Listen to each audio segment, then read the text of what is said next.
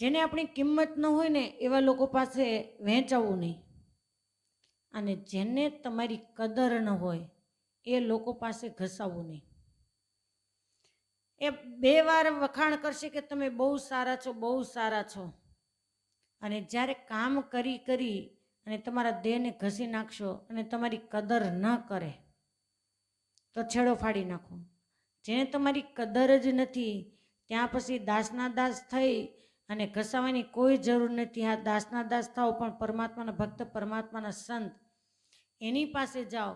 પણ કોઈ વ્યક્તિ તમારો ગેરલાભ ઉઠાવી અને કામ કરાવવા છતાં કદર ન કરે તો એ વ્યક્તિની સાથેથી સંબંધો બગાડો નહીં પણ ઓછા કરી નાખો. પેલું દ્રષ્ટાંત છે ને કે કાંટો મત લેકિન ફૂફકારો, ફૂફાડો મારો, એને કરડશો નહીં, એટલે સંબંધો ઓછા કરો.